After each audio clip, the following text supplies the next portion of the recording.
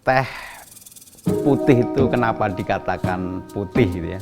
Karena teh ini berwarna putih kecoklatan, berasal dari kuncup yang belum mekar dan diselimuti bulu-bulu halus.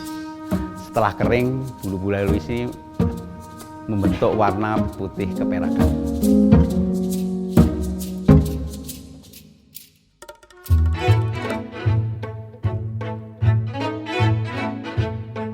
Nama saya Sabri dari Pusat Penelitian Teh dan Kina Gambung, bagian dari PT Riset Perkebunan Nusantara. Saya di sini sebagai peneliti pasca panen. Salah satu penelitian di bagian pasca panen adalah produksi teh putih.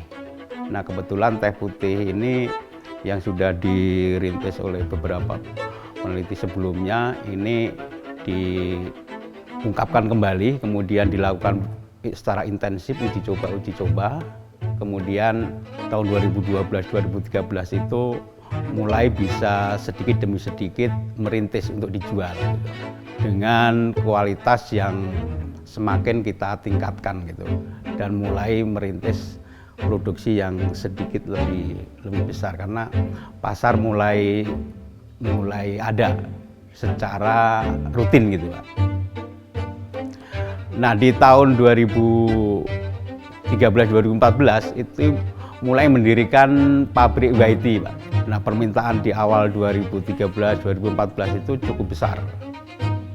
Dia bisa mencapai permintaan itu 1,5 ton teh YT jadi gitu. Karena teh putih ini sebenarnya ini cukup menjanjikan pasarnya.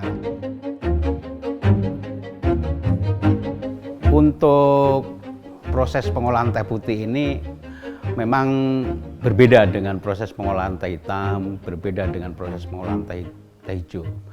Ini dikategorikan sebagai pengolahan semi fermentasi. Nah, dimulai proses pengolahan YT itu dari pemetikan. Pemetikan yang YT ini hanya bisa hingga saat ini dengan manual, dengan petikan tangan gitu. Itu pun harus dilakukan secara hati-hati. Kemudian setelah dipetik, bisa dibawa mandor atau pemetik ke pabrik YT. Itu diusahakan memang pemetikan itu pagi-pagi sampai dengan sebelum terik matahari. Kemudian proses pertama di pabrik itu dilayukan matahari, artinya dijemur dengan sinar matahari. Kemudian dikombinasi dengan layuan ruangan. Di proses pelayuan itu hingga timbul warna keperakan. Kemudian setelah layu kita lakukan sortasi.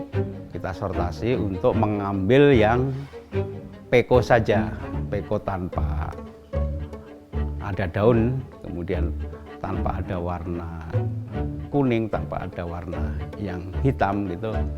Nah, habis itu baru dilakukan pengemasan di dalam ruang yang kering.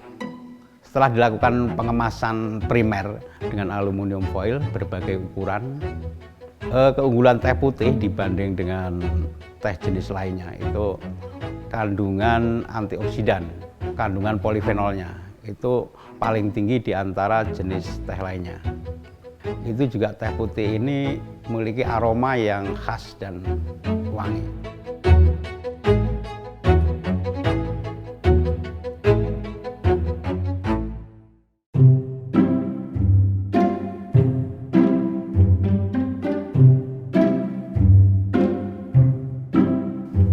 Peran dari lab yang ada di PPTK ini, yang pertama adalah lab kimia untuk menguji secara periodik, misalnya kandungan air, kemudian kadar abu, kadar water extract, kadar polifenol, kadar theaflavin, theorubicin, kemudian kadar kafein, kemudian di lab organoleptik. Ini untuk mengetahui kualitas harian secara langsung.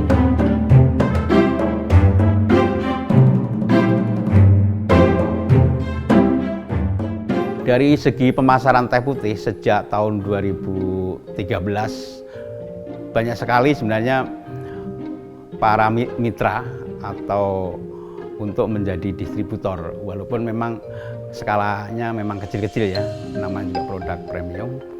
Itu yang lalu itu sebenarnya juga ada permintaan dari Jepang, dari Australia gitu. Dari PPTK sendiri nggak langsung ke luar negeri gitu. Untuk pasar domestik relatif cukup bagus. Hingga saat ini stok itu tidak pernah menumpuk ya. Jadi sering order dulu baru bisa dilayani karena banyaknya pembeli lokal.